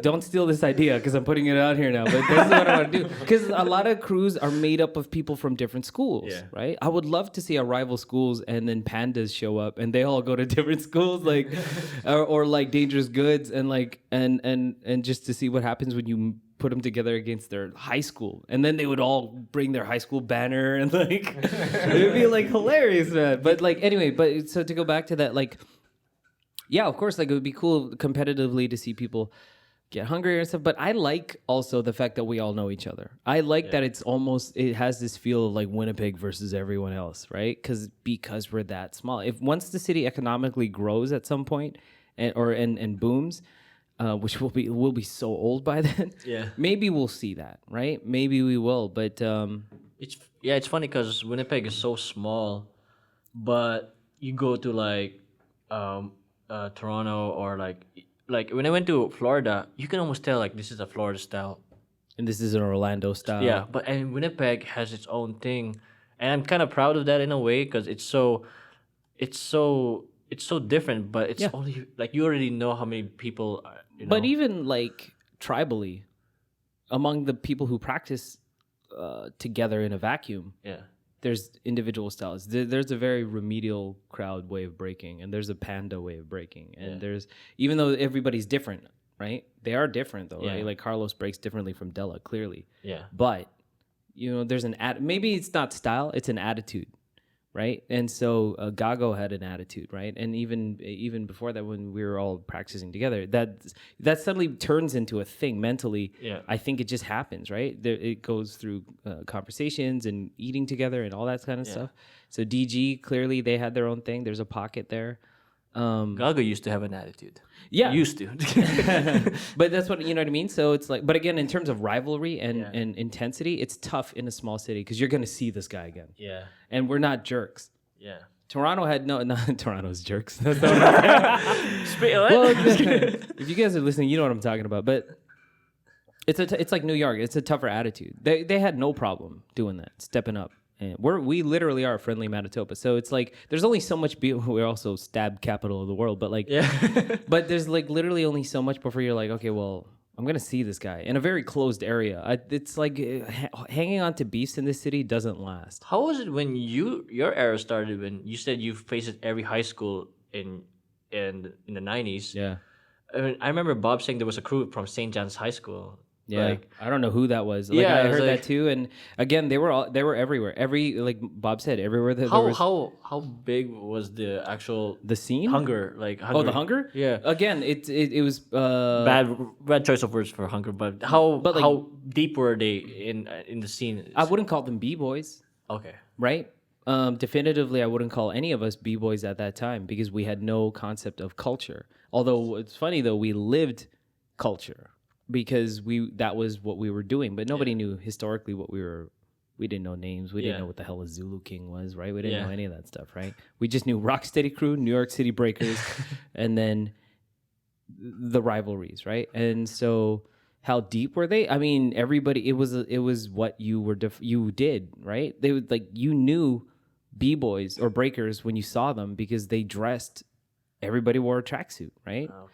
Everybody. And it was like you knew that was your thing, and your high school had maybe more than one crew, but more often than not, one crew. And the rivalries were deep in the sense that if you saw that at a party, at a debut, at a 7th birthday, you had to go test that because you really were like, well, I think we're dope. Like, you know what I mean? Or unless you ran up against crews that had a reputation. And the biggest crew that had the reputation at that time was Flip Rock. Hydro had, Maples had it. Everybody was like, at least from my perspective, Bob can argue this and people can say otherwise, but my perspective was that Maples had the top crews. And I think it's their lineage. They were learning from the people before. The rest of us were figuring this out on our own. You know what I mean? Or learning from whoever we had. So, yeah, like that battling behind Garden City and stuff, that happened. Like, really? More often, that happened a lot until they shut it down. That happened a lot. People would just pull out the cardboards and go for it. Who is this guy? Like, they said named him Matt Zigowski. Like, Ziggy. Yeah, is he very well known? Was he very well known? Well, I mean, again, for that era, that was like that's when Goodfoot happened, and there were people coming back after Mid Canada and seeing that there was a scene. So then this is when you would see Final Clearance emerging, and so Downtown Crew was just, again, but it was the same thing. It was like Bob was rollerblading, getting into rollerblading. I tried it out too, but Bob was like really into it, going to the Edge skate park and breaking there because there's wood. Anytime you see a wood floor, so the half pipe would have a wood floor. Bob would start to do mills, and then they'd start, you know what I mean, and they'd mess around. It so happens that some people take to it better than others, right? Like Downtown Crew was dope, but clearly Ziggy was the standout. I see. And that's what it was. So Zig was dope. Zig was super dope. There's so many, again, breakers that fell to the shadows. That like, oh man, you were like high. Like Cora is a perfect example. He was skyrocketing and then stopped. You know what I mean? And it just happens. You know what I mean? Again, going back to Flip Rock, Jason Ares, who now is like on MasterChef and stuff. So big ups to him. Really? But he was like the hydro. He was the guy. Like in my opinion. Again, it's my opinion, right? So there. I always see that guy every Wednesday. Ryan Darlago, who's from Downtown Crew. Yeah. And he would bring his son Maddox. Yeah. And he was getting taught by Majo. Yeah. And this kid was so shy last year, and he wouldn't even go on a headstand. Next thing you know, he's pulling Sunrise to window. Yeah. It depends, man. Some people take to it. You see the dads just being proud dad. Like you see, it's sick that the dad used to do it, and now you see his son, right? Next generation going on. And that's the thing. And then I bet you his dad's like, oh, I could have kept doing this or whatever, right? Maybe, right? And he was very humble too. Like he wasn't even bragging about it. And then Bob put a clip on that Downtown Crew. Yeah. I'm like, what the hell? Why did Ryan speak more about this? Like, it's just, again, because their perspective is different. To some people, this is nothing. Yeah. That's the funny thing. This is why it's funny when dancers get so serious. Yeah. Because I'm just like, to the rest of the world, nobody cares. Like, it's just dance. That's why I laugh when B-boys act all hard, unless they really are. Yeah. Oh my god. It makes me laugh because I'm like, okay, cool. Now let's go to a motorcycle gang and go act like that to them. Why don't you up rock against that guy now and see what happens? You know what I mean? Because you're going to get tuned. Yeah. So it's funny to me when breakers or dancers get that heated. Yeah. You know what I mean? Unless you're actually... Unnecessary egos. Unless you're K-Mel and you're built like that. Or, you know what I mean? Unless you're actually like that, raw like that. Like, don't be like that because somebody's going to pull your card and then what are you going to do? Oh, I'm sorry, sir. I'm one of the best dancers out of Winnipeg. I apologize. And like, what, you're going to impress them like that? Like, no, man. It doesn't work like that. You're going to get tuned, man. So that's funny. don't let your persona stop acting all hard. Yeah, unless you are. Yeah. Then please, all the power. Please don't kick my ass. Like, all the power to you. But it makes me laugh because I'm just like, like there's people living real lives. And you see it too. Is like every event you see is like everyone. It's the cold shoulder, and you don't even know, but you're trying to observe, and people's perspective is funny until you actually get to know them. Yeah. That's why I just- try to be open. I try as much as possible. gotta Like be open. obviously, I dance with the character that I have, but it's based off of other stuff. It's not based off of being hardcore. I try to be open. I try to be like. Because I want that for the people that know, like the people I look up to. Yeah. I don't want Ken Swift to cold shoulder me, so I wouldn't do that to somebody else. You know what I mean? So How do you see Winnipeg as far as breaking is concerned, like going right now? I don't know. Is it like you think it's going in the right path? Yes. But again, that's a philosophical Or is it thing. fading out? I don't think it's fading out. I think like again, we were talking before. I bumped into Cyrus. I had no idea he existed. Yeah. So I think as long as there's people interested in the culture, it's gonna happen. I think with YouTube being out there, there's gonna be someone doing it, and so it comes in waves. Yeah, clearly, sometimes it's at a height, and sometimes it's at a low. Do I think it'll ever die? No. No. And the reason I don't think that'll die because Shaolin Kung Fu still exists, because someone's gonna do it. Yeah. Do you know what I mean? Yeah. There's people built like that. Yeah. And there's people reviving dead arts all the time. There's people, so anything that dies out in terms of mainstream, somewhere under there, somebody's doing it, and it'll come back. Somebody will catch on, it'll come back. So it's like graffiti will never die out for that reason, or rapping will never die out for that reason, because somebody's gonna do it. Yeah. You know what I mean? So take any dance. There's people that do swing dance still. You know what I'm saying? Yeah. So no, not at all. And so for Winnipeg, it depends on where you want to see the scene go. If you want us to be at a national, international level, then maybe maybe the B-Boys need to push it in that direction. But if not, if it's just this thing, like, let it be what it is. Like, let it be what it is. If you need it to be something, then do it. You know what I mean? Yeah. I think you should just do it. I'm at a place where I like observing it. You know what I mean? Yeah, I mean, I was before. It's not like it used to be, but it's like that's just the old man in me. You know what I mean? Like, for that reason, I took myself out. You know what I mean? As I'm not saying that I hate the scene, but I can't. I'm just not part in that way. I should restate that. I wanted to interact in a different way, which is like this, or like what we're doing right now, or showing up. Speaking of which, are you judging the event later this afternoon? No, I didn't even know about that. Oh, okay. I didn't see it, and that's the thing. I never know about these things unless I get put on about it. Yeah, because I heard you guys are performing, right? showcasing. Yeah, there's downtown moves this afternoon. Yeah. And then there's there's a b-boy battle, I think, that they're doing, and then We can't really promote it because this is going nowhere. This is like not on the air yet. But if you're okay, if you're a time traveler, from the future, Downtown Moves is happening now or today. So go back in time. Did you know Stephen Hawking did that? Oh, You yeah, guys I know- saw that. I saw Stephen that. Hawking. This is a real tangent. This is totally about breaking. Stephen Hawking wanted to prove time travel Time travel wasn't real. or something like that, Or that it Or was. it was. Yeah, it was. So he put out invitations to a party in the future, or something like that. Yeah. He recorded himself. He's like, oh, here's a party where I invite any future people to come and like come to the party. Yeah. And he then- mailed them. Oh yeah, and So he mailed. I heard he mailed something too. Like he had actual invitations, but he set the date to be sent sometime in the future for time travelers to read. Like they'll open it in the future, and if they can time travel, they'll come back to the party. And then he sat there and he waited, and no one came, and he was just like, "Well, guess we haven't figured it out yet." Like, so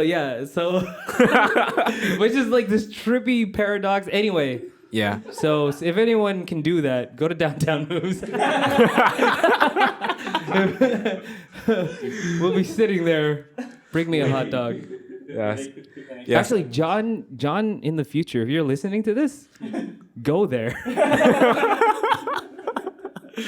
Is this you with tell like a white myself that. beard and like? I tried doing that. I tried a thought experiment one time. I am a strong believer in multi-dimension. Like I like that idea that there's parallel dimensions. You should see there's stuff on YouTube now where they'll take photos of 10 years ago. Yeah. Of just selfies, but it's not. It's just no emotion. Yeah. And then it just pans off 2006, 7, 8, 9, 10, 11. Oh yeah, that's trippy. It's so trippy. I like when It's people do that.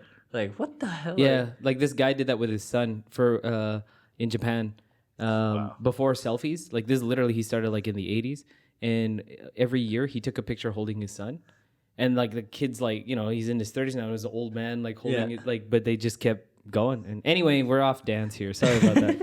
Sorry about It's that. all good. That's why we have the podcast. Yeah. No format. Can edit But this. yeah, so time travelers, yeah. No, but there's also like we're so excited about it, but like everybody's gonna hear this after. There's also Downtown Moves Aftermath, which Kellyanne is Kellyanne and her On the One Collective group is organizing Nice. tonight.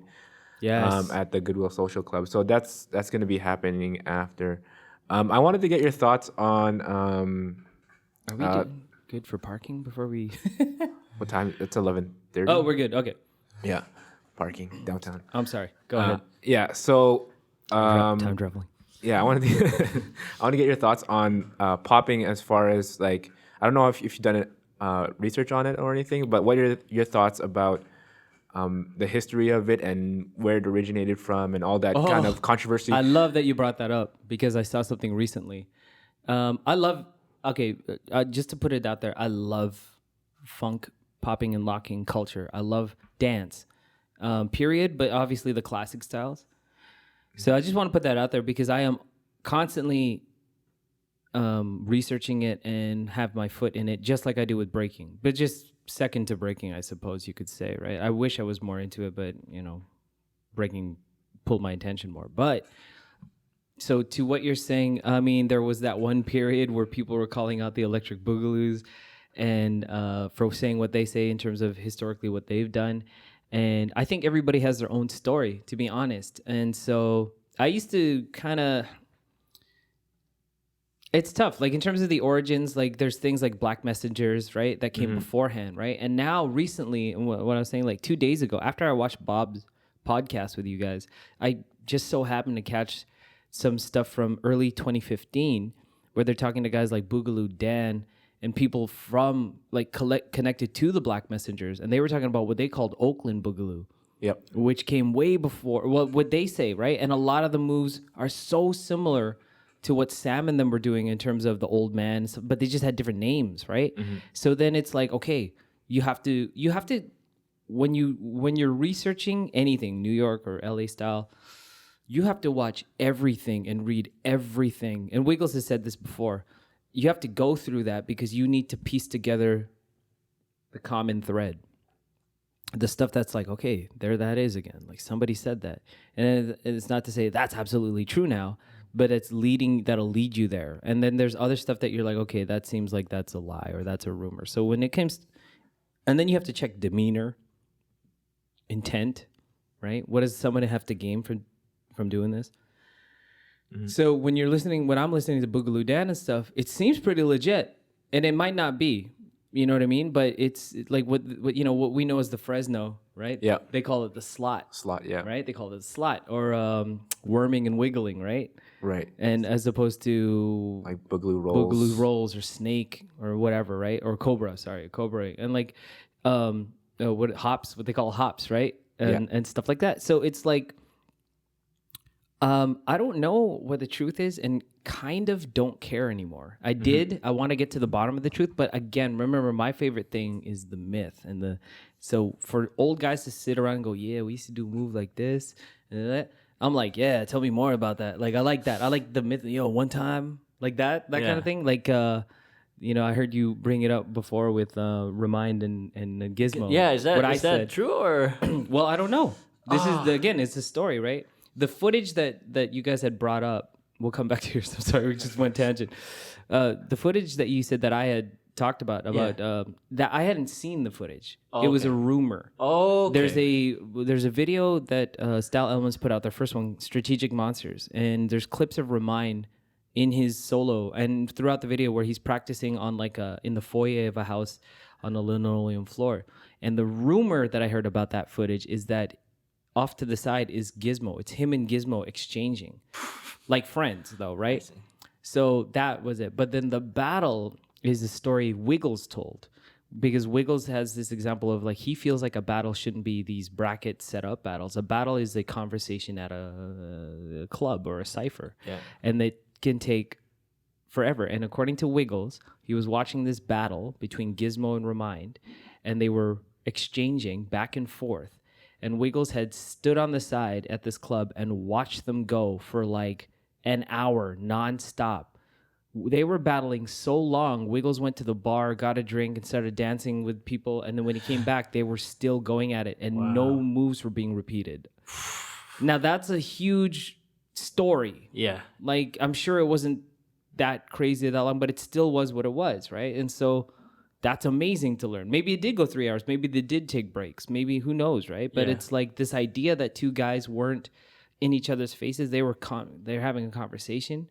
Oh, cool. I have something like that. You know what I mean? That's like watching B-Boy Pepito now. It's like one of my favorite things because like I love this guy, man. Because that's all he calling does. Everybody out. That's all he does. And you know what he does though? And it starts so small. Yeah. He comes up and he does like a little top rock and he backs up because and there's a new interview on B-Boy Dojo with where he talks about what he's doing and it totally makes sense. It's totally having a conversation. Every single video of Pepito is like a very well-known guy, or an underground guy, and he's calling them in every circle. That's what I love about popping. Popping can get in your face, but popping generally in a cipher setting, not in a bracket battle, is very conversational. It's very like, and then somebody else comes in. And it's like that's what I like for b-boying. Yeah, it's a conversation, and again, like stuff that me and Frost have done. Where we're just chilling and then he'll do something and that's funny. The compass. Yeah, I heard that's how the compass, right? Or like what we were talking about, like Houdini styles and like stuff like that. So it's like that's what I like about this culture. Because to me, that's like a movie. That's like two kung fu guys like, wow, have you seen my mantis? Do you like you know, like, and it's just like, you know, well, interesting. Well, it's just drunken style. And like that's to me, that's the cool thing. Do you like the new setup now with Silverback coming up now? Like I think that stuff is amazing. I never seen such a big production as. I think we should take it as far as we can take it until it implodes on itself and thing. But it's being handled in such a way that's still respectful to the culture. And the guy was he was a stockbroker or something. Yeah, he was. So how could you not like a story like that? Love you know this what guy. I mean? I like that stuff. Or Red Bull. Yeah, a lot of people want a dog Red Bull. Stop, please, people, stop that. Stop that. I love this guy because instead of just donating to charities like he always does, he just, you know what? I'm just gonna start, funding a b-boy or breaking event. How amazing is that? Yeah, like that the intent. Well, but I mean, on a small scale, it's like this. For those who don't know, it's like this. It's like Silverback. I want to do a podcast. So let's do it. You know what I mean? So you just do it. That's incredible to me. Like just do. You know what I mean? If you have the time and the resources to do something, do it. You know what I mean? Like I wish I had more time and resources. I'm making excuses, by the way, but it's incredible. The doers are more important. I heard one thing one time. There's the ideal world and there's the physical world, and the ideal world is always more perfect in your mind than the physical world that what comes out. But so that your ideas versus what's actually happening. But in the same vein, the physical world is actually more perfect because existence is more perfect than non-existence. So even if you're doing something wrong, the very act of doing it and making it become is more perfect than just sitting there thinking about it. True. You know what I'm saying? So it's like, do it wrong until you get it right. Yeah. You know what I mean? Or do it wrong until it turns into something like locking. You know what I mean? Like... That's exactly why I do the podcast. yeah, exactly. Who knows what'll come of this, right? Yeah. No, but I think it's just super fun, and I think it's a good way to let people know about other dancers or other people that are not really in the spotlight as much. Like I think you're probably pretty underrated as far as the scene goes, because Bob has a lot of like. I guess he has a lot of pull in that regard, which is awesome. Which he earned. Yeah, and he earned. So that's great. But it's just like people like you that I think should like come on the podcast, talk about some of the stories that they have, some of the knowledge that they have, and then like people like, oh yeah, this guy was like really part of the scene too. Like he contributed a lot as well. Yeah. So that's why I think it's an important thing to do. Right. Well, I'm always open. If anyone is listening again and from the future or later, but I'm always open to that. I love sharing it. My wife will tell you I love the sound of my own voice. But I get very excited about this kind of stuff and sharing. And so I appreciate the recognition in that sense. Obviously, Bob is the Bob father, and he earned that spot. It was very important for him to do what he did for him. And for me, I like to play the background more. You're a great MC. I know. Well, thank you. I appreciate that. But again, like I like other things, right? And I like the craftsmanship as opposed to the final output. Do you still do research? Like I remember Always. last time I sessioned with you at Sinclair, you were Yeah. researching. You were on a book of native dance relating Yes. to the top rock. Well, everything. Yeah. Everything I do, I want to research. I don't want to be somebody that's just BSing, right? Yeah. The whole thing. And so I want to at least have a small background that can turn into expertise.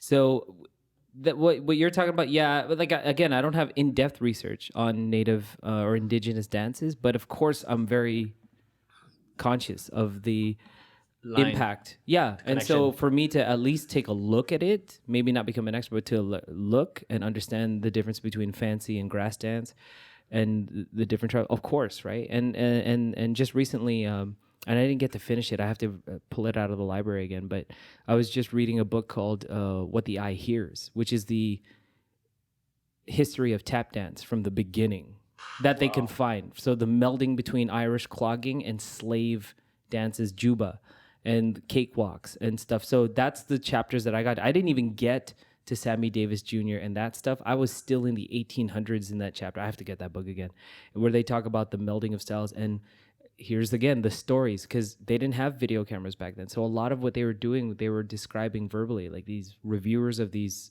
minstrel and slave shows. Yeah. Oh, and he would.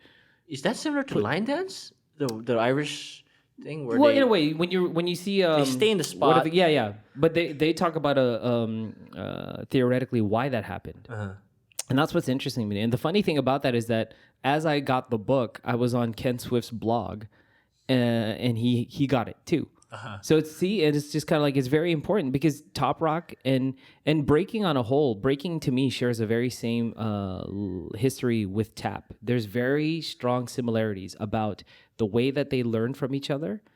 Because they all happened in clubs. It would be people passing, stealing, and borrowing moves, and like kept keeping it like secret information. And they would what they call challenges, but we call battles. Yeah. And sometimes it would be over moves. Sometimes it would be to share moves. So it's like, I'm like, that's b-boying, right? Yeah. So to me, yeah, like the jerk.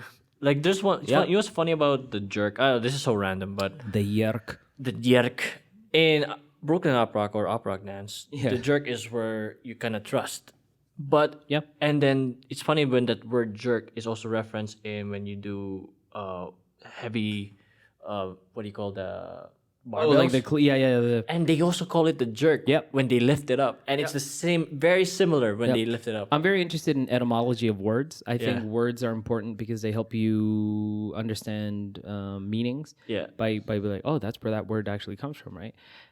Even names for moves, right? Like the Volkswagen is like, why is that called that? And then you find out, and it's like, oh, that's the locking move, or silver coins or whatever, right? And it's like, so one of the interesting thing about the jerk is that there's also discussions on uprock boards that it's actually called a yerk. It's pronounced yerk, like because of the Latino influence, and that might mean something else entirely, not the actual motion of jerk. Or J's the Y in Spanish. yeah, exactly, right. So it's like stuff like that. So I love that. I love stuff like that. You know what I mean? Does it get a little bit frustrating that some OGs will claim this move now? Oh, of course. I mean, whenever ego plays into anything, it's unfortunate, but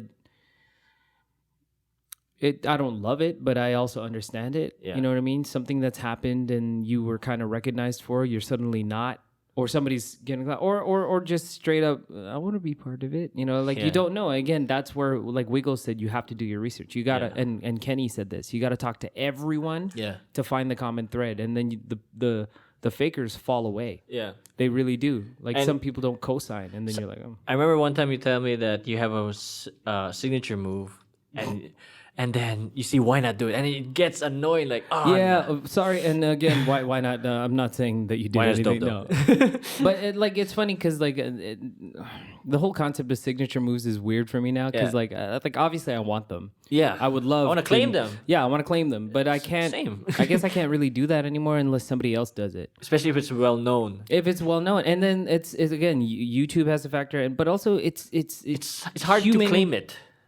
It's human consciousness. It happens. Something happens somewhere, and thousands of miles somewhere pyramids. Like it happens, right? And it's like, so that movement that I'm talking about, that like what I call the coin snatch. He grabs his toes. Yeah, which is essentially what people call a tiger push-up or whatever, like where you push and then you snap and you touch your toes, right? That was bound to happen. Okay. I just feel like every movement that happens was bound to happen at some point. So the fact that it happened in one... Now, I don't think that that's too much of a coincidence, too. I think Why Not and I are in the same thought process of what breaking is to us. So naturally, movement's going to happen like that, right? How does one claim a move? Like I don't know. Unless you upload it, like... You upload it or... Like I don't know, or you're like Wiggles and you copyright it. Like I have to change a lot of my signatures now because they're, you know what I mean? It's like, well, I used to be mad about that kind of stuff. Like if somebody quote unquote bit a move from me or whatever. But then I started to think and I was just like, you know what? How much do I think about my ability if I'm so mad that somebody stole a move? Yeah. Like if somebody stole a move from me, then I'm like, and I get angry about it. That means I don't think I can create a new move. Yeah. And I don't believe that. I believe I'm creative enough. I used to say it like this. It's like ninjas don't get mad that you take their sword because they're just going to throw ninja stars at you. You know what I'm saying? So it's like, take my sword. Go ahead. Take my sword and force me to get creative and see what happens, right? And that's the way I feel. Like, and you know, when you think of a ninja, like the sword is their prized possession. Well, that's your signature move. And if somebody snatches that, and if somebody takes a ninja sword and they're like, and they panic and they die, then they sucked as a ninja, right? Right? Yeah. They deserve to get whatever, right? Yeah. And so that's how I feel. Obviously, you know, if somebody is claiming a move that I really feel I've developed, you know, I guess my ego can get involved. But again, I look at it and I'm like, did I really come up with that though? Like now when I look, I'll find movements way before my time, and I'm like, I guess I didn't make that up. You know what I mean? So it's like, I don't know. It's tough to claim that, you know. There's I think I saw a photo of you with Ivan Urban Action Figure. Yes. Where that was on my phone. That's where you saw it. Yeah, where was this though? That was at Rock the Bells in New York, and my wife and I had gone to go see it, to go see Wu-Tang Clan, to go see. It was this huge festival. Oh, you were in you were in Hawaii. Okay. It was in New York and on Governor's Island. And was he just there randomly? It was amazing. Yeah, he was random. Well, he was there promoting. Was it a B-boy event or no, not at all. It was like it doesn't happen anymore. But the Rock the Bells hip hop festivals were like, they got everybody in New York. So we saw Nas, we saw Souls of Mischief, we saw Mobb Deep, we saw Lauryn Hill, we saw Pete Rock go up against Premier, like stuff like that. It was just intense. Erykah Badu was there. It was intense. And how is he in real life? He's very hype. He's hype. He's what you expect. He's a very like I love life kind of guy. He's like, hey, what's up? Ah. And he was totally open. And I got his number, which was really weird. And he was like, yeah, you know, let me know. Call me over. Text me at this number. You know, I'll come down. I'll come through, and you know, we'll work out prices and stuff like that. And so he's still business minded and stuff. But I was just tripping out because like you wouldn't expect that. Yeah. But I was walking around and I was in between the stages between Souls of Mischief and I want to say Mobb Deep, but I might be wrong. And I'm like walking around and then I'm like, that's Ivan. That's no way. And then he walked by me and I was like, Ivan. And then he stopped. Yo. Yeah, like who said my name? Like, you know, he's very like, oh, hey. And then I tripped out and we took a picture and bought a shirt off of him. And is he originally from Vegas? No, he's originally from Cali. Like he's a Style Elements member originally. Oh, okay. The Style Elements crew was created by him, Remind, like they like not just those two, but like he was there in the beginning, and then did his own thing, which you know just the self-proclaimed. Yeah, I don't know I don't know what the story is. I don't know if there was beef. I doubt that, but I think some people just kind of do their own thing. And Ivan is such a singular personality. I can't even imagine him being in a crew because he is a crew. Yeah, and literally. There was that period, and there's footage of that too, like UK championships or something. One of those things that we saw where he was out there destroying full crews. And it was like, oh my God, like, and no fear. And to get to that level where you know your moves so well that it's like you just hop in, like that's amazing. So like Maurizio, like it's just kind of like, it's just like, I'm so on a different level. Just don't. But, you know. I don't know. When I saw that documentary of Bboy Mercenaries, I was like, and you see the young Mauricio, Yeah. And I'm like, holy crap. And man. Maurizio, even though Maurizio's been part of other crews like Rocksteady and all that stuff, really, if you think about it, Maurizio is a singular b-boy too. He's kind of like stands alone in a way, his own thing. But does he still rep Rocksteady? No, I don't think so. I think I think he'll always be like, you know, considered Rocksteady, but in his own way, he's just Maurizio. Okay. And it's like it's like that the inverse ninja law. Do you know the inverse ninja law where it's like in a movie, the less ninjas there are, the more powerful they become? Like when you see a group of 30 ninjas, there's always one guy that can kill them all. But then if it's one guy versus one ninja, that ninja is like the most powerful one. So there's this theory out there that the less ninjas you have, the more powerful they become. Like Ninja Turtles versus Shredder. It takes 4 turtles to take out one Shredder, right? Yeah. So I think Ivan and Maurizio are part of that law. Like they stand alone and they're so powerful because I guess they don't have to lean on other crewmen. When you have a crew, crews are great if it works for you. But when you have a crew, the power is spread, right? It's like, yeah, I'm dope and my brothers are here to back me up too. So your output is only so much, right? But when it's you for all the chips, it's kind of like, oh, this is on me. If I lose, I lose. Yeah. You know what I mean? So I don't know. Maybe, I don't know. That's how I feel. I feel like it's like with those guys, it's like inverse ninja law. Like Storm's part of Battle Squad, but he's also kind of singular. Yeah. Because Swift kind of does his own thing. So Storm. Both of them now. Yeah. Right? But even both of them, you rarely see them together. Have you seen his latest showcase where he's like, oh yeah, speaking of which, he's battling Crazy Legs. What do you think about Battle that? of the Gods. What do you think about that? I think that's amazing. I can't wait. The only thing I have to say about it is that's not the original thing. Like they were trying Kenny at one point, and I heard it was Poe, and now they're. And I'm glad that they said all of this, but for that reason, it seems less. Do you organic. like old school heads now? Of course, trying to make it. I love old school heads. Like actually trying to, instead of. I don't think they're trying. Like this is just something that's long overdue. Yeah. But it's also perfect. They're in their prime and whatever, or they're in their twilight years, and it's kind of like. Okay, let's see what'll happen, right? Who cares what the outcome is? It's the names going together. Yeah. It's like it doesn't matter. I hope in the future there'll be more like obviously Battle of the Gods. We hope that it's good. Yeah. But even if it isn't, it's just this idea that Crazy Legs battled Storm. Like you know, like that kind of thing. Poe and Freeze battled. Like that was supposed to happen, that never happened. The fact that Freeze versus Alien Ness happened is amazing. You know what I mean? That happened a long time ago. That's somewhere in like Scandinavia. There's footage of that. That kind of stuff is hilarious. Yeah. Bob versus Raul. You know what I mean? Yeah. Like it's just like in Canada. That would be amazing. Or I mean that was amazing because it was what it was. Yeah. Me versus Bob would be hilarious. You know what I mean? Frost versus me, but Frost versus Bob. Who cares, right? It's just like old names get thrown. Who do you think? Who you got the winner in there? In what? Of Crazy Legs and it's tough. A lot of people are going for Crazy Legs. Are they? I'm going for Storm. I want Storm. And not that I dislike Crazy Legs or anything, but it's very different, and it's what you like. To me, Storm's a scientist. Yeah, he's very also like you, like as far as the very technical. And his moves are easy for him because he's broken down. Well, yeah, and it's because he's such a scientist. Yeah. So that would be I put it on Storm, but Crazy Legs can surprise you. And Crazy Legs, I've seen his training and stuff, so it's like who knows, right? Yeah. I could be completely wrong, and it's an upset and whatever, right? But if I had to say, I'm like I think Storm can probably. I remember meeting Crazy Legs back in during the Nonito Donaire and Rigano fight, and he was talking about he's like sparring now, like boxing sparring. Like, holy crap, man, this guy. He's really into boxing. So. Yeah, So shout out, like, and just for the record, Crazy Legs will smoke me. So, so me saying Storm, like, I'm not, come on, man. Like it's both legs. are already respected. Yeah, like, and it's legs, man. Yeah. You got it. Yeah. All right, I think we're gonna wrap this up. How long have we been going? I apologize for that. No. It's all good. It's just we gotta perform. Yeah, so we'll get ready too. for that. But no, I really wanna thank you for coming on the podcast, and it's so cool to see you so excited about the podcast because this is I really am.